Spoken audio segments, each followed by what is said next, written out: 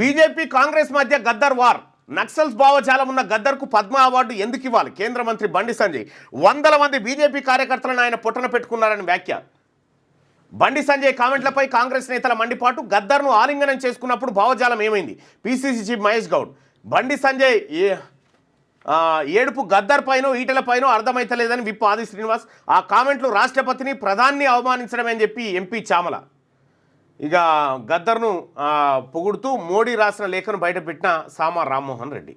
ఇక నక్సల్స్ భావజాలంతో బీజేపీ కార్యకర్తలను పొట్టన పెట్టుకున్న గద్దర్కు పద్మ అవార్డు ఎందుకు ఇవ్వాలి అంటూ కేంద్ర మంత్రి బండి సంజయ్ చేసిన కామెంట్లు తీవ్ర దుమారం రేపాయి. ఆ వ్యాఖ్యలపై కాంగ్రెస్ నేతలు మండిపడ్డారు. బీజేపీ భావజాలం ఉన్న వ్యక్తులకే కేంద్ర ప్రభుత్వం అవార్డులు ఇస్తుందన్నట్లుగా బండి సంజయ్ కామెంట్లు ఉన్నాయని, ఇది రాష్ట్రపతిని ప్రధానమంత్రిని అవమానించడమేనని తెలిపారు. తెలంగాణ కోసం అలుపెరగని పోరాటం చేసిన ప్రజా యుద్ధనౌక గద్దర్పై చేసిన కామెంట్లను వెంటనే వెనక్కి తీసుకోవాలని డిమాండ్ చేశారు. గద్దర్ చనిపోయినప్పుడు ఆయన పోరాటాన్ని కొనియాడుతూ ప్రధాని మోడీ రాసిన లేఖను కాంగ్రెస్ నేతలు విడుదల చేశారు. దీనిపై బండి సంజయ్ ఏం సమాధానం చెప్తారని వారు ప్రశ్నించారు. ప్రజా యుద్ధనౌక గద్దర్ను ఆలింగనం చేసుకున్నప్పుడు బండి సంజయ్కి ఆయన భావజాలం గుర్తుకు రాలేదా?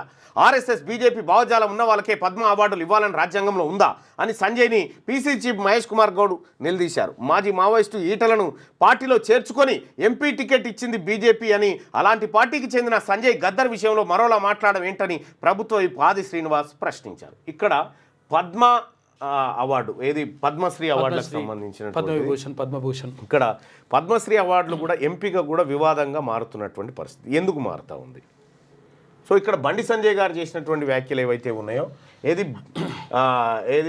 నక్సలిజం భావజాలం ఉన్నటువంటి వాళ్లకు పద్మశ్రీ ఎందుకు ఇవ్వాలనేది.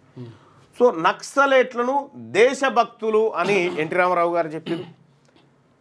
ఇవాళ నక్సలేట్లకు సంబంధించినటువంటి ఏది వాళ్ళ ఆలోచననే మేము ఇంప్లిమెంట్ చేస్తున్నామని కేసీఆర్ చెప్పిండు. అటు ఎన్టీ రామారావు గారు కానీ ఇటు కేసీఆర్ గారు కానీ వీళ్ళందరూ కూడా ఇలా భావజాలంతో వచ్చినటువంటి వ్యక్తులు మద్దతు చేస్తే తీసుకుంటుంది భారతీయ జనతా పార్టీ. కానీ వాళ్ళకు మాత్రం పద్మ. నిజంగా వాస్తవానికి మావోయిస్టులు పద్మశ్రీ అవార్డులకు అర్హులు గారా? కేవలం ప్రజాక్షేత్రంలో ఉండి దోపిడీ చేసి దొంగతనాలు చేసినటువంటి వాళ్ళే అర్హులవుతారా? అసలు పద్మశ్రీకి ఎంపిక కావాలంటే ఎలాంటి అర్హతలు ఉండాలి? బండి సంజయ్ గారు చెప్పినట్టుగా బండి సంజయ్ గారు అవి భారతీయ జనతా పార్టీ ఆఫీస్ నుంచి ఇచ్చేటువంటి తామరపత్రాలు కాదు, లేకపోతే ఇంకోటి కాదు, భారత ప్రభుత్వం ఇస్తున్నటువంటి అవార్డులు అవి. వాటిని నీకు ఒడిశాలో 2018 ఏమైంది? ఒక ఆయన పద్మశ్రీ అవార్డు తిరస్కరించుడు కాదు, పద్మశ్రీ అవార్డు ఇస్తే తన పైసలే వస్తేందుకు పోస్టులో పంపురని చెప్పిండు. ఆయన పోస్టులో పంపిరని చెప్పిండు. ఆయన పేరు ఏదో ఉంది.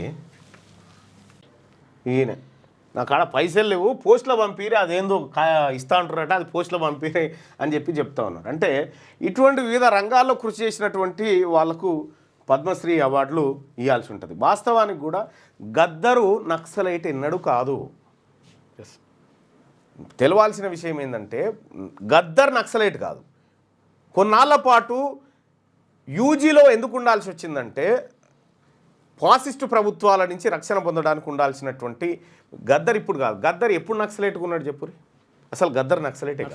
కాకపోతే ఏంటంటే అది దాని ఏమంటారు సానుభూతి పరుడు అనుకోవచ్చు. సానుభూతి ఎవరికి ఉండదు చెప్పురి? ఎన్టీ రామారావుకు సానుభూతి ఉంది. ఇప్పుడు భారతరత్న ఆయనకి ఇవ్వాలని చెప్పని అంటున్నారు. ఇప్పుడు అది తప్ప మరిపోని? ఎన్టీ రామారావు గారు నక్సలైట్లు దేశభక్తులు అని అన్నాడు ఒక మాట. కేసీఆర్ ఏమన్నాడు? నక్సలైట్ల ఎజెండా నా ఎజెండా అన్నాడు. వీళ్ళు దేశభక్తులు అవుతారు, వాళ్ళు ద్రోహులు ఎట్లయితారు? ఇప్పుడు ఈ లెక్కన ఎన్టీ రామారావు గారు గద్దర్ యాంగిల్లో చూసుకుంటే భారతరత్నకు అనర్హుడా? మరి మీరే డిసైడ్ చేయాలి. క్యూ న్యూస్ ఛానల్లో పనిచేయటకు అనుభవం గల సీనియర్ వీడియో ఎడిటర్స్ కావాలను సంప్రదించవలసిన నెంబర్ 8688926084. qnewsads@gmail.com ను సంప్రదించండి. లైక్ చేయండి.